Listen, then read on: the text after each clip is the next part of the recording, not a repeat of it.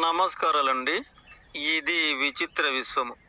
ఇందున కోటి కోట్ల గ్రహాలు ఇందులోనే కూర్చబడ్డాయి. అలాగే కోటి కోట్ల విచిత్ర సమస్యలు కూడాను ఉంటాయి. అలాగే కోటి కోట్ల సమస్యలు, అలాగే ప్రతిదానికి కూడాను పరిష్కారాలు అన్నీ ఇందులోనే ఉంటాయి. అందుకే ఇది అనంత విశ్వశక్తులకు నిలయం. ఇందున దేవుళ్ళు అనబడే ఒక శక్తిని తీసుకుందాము. అయితే ఆ దేవుళ్ళు అనేవారు అందరున్నారు.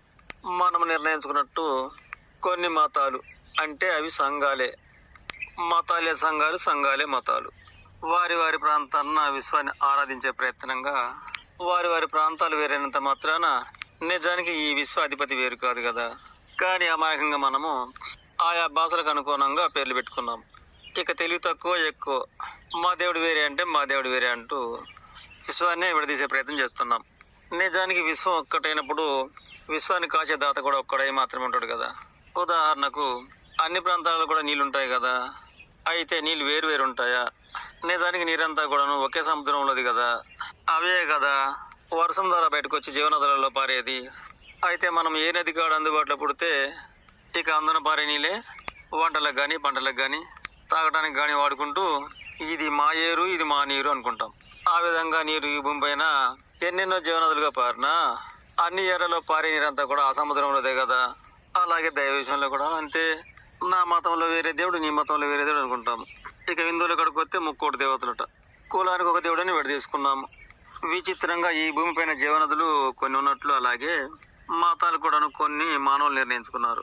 నిజానికి ఏ నదుల్లో వారి ఏరైనా ఆ సముద్రంలోదే. అలాగే ఏ మతంలో దేవుడైనా ఏ కులంలో దేవుడైనా ఈ అనంత విశ్వదాతయే. ఇక విచిత్రంగా చిన్న చిన్న విగ్రహాలు చేసి ఇళ్ళలో పెట్టుకుంటాం. అలాగే నీళ్ళని కూడాను చిన్న చిన్న బిందెలతో తెచ్చి ఇళ్ళలో పెట్టుకుంటాము. విచిత్రంగా ఏ విగ్రహంలో దేవుడైనా ఈ విశ్వదాతలోని భాగమే. అలాగే ఏ బిందెలో నీళ్ళైనా సరే ఈ సముద్రంలోని భాగమే. మనం అమాయకాన్ని తొలగించుకొని వివరించుకోగలిగితే నీరు అంతా ఒకటిగా ఎలా అర్థమవుతుందో దైవం కూడాను అంతా ఒకటిగానే అర్థమవుతుంది. నీళ్లతో స్నానం చేసి శరీరం శుద్ధిపరుచుకుంటాము. ఆరాధన చేసి ఆత్మ శుద్ధిపరుచుకుంటాము. ఏ చెరువులో నీళ్ళైనా ఆ సముద్రంలో భాగమే. అలాగే ఏ గుళ్ళో విగ్రహమైనా ఈ విశ్వనాథుని రూపమే. అన్ని జాతుల జీవులు ఆ నీళ్ళే దాగి బ్రతుకుతాయి. అలాగే అన్ని జీవజాతులను కాబట్టి ఆ అనంత విశ్వనాథుడే. కనుక మానవులు తిక్కమకల పాలు కాకుండా అజ్ఞానాంధకారంతో పోటీలు పడకుండా విశ్వ రహస్యాలలో ఒక భాగం ఈ విధంగా తెలుసుకోవచ్చు.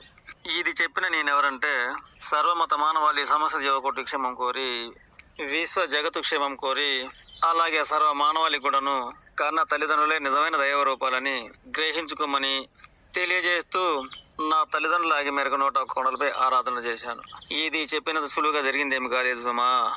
ఇక ఉంటాను. లోక సమస్తాన్ సుఖినో భవంతు.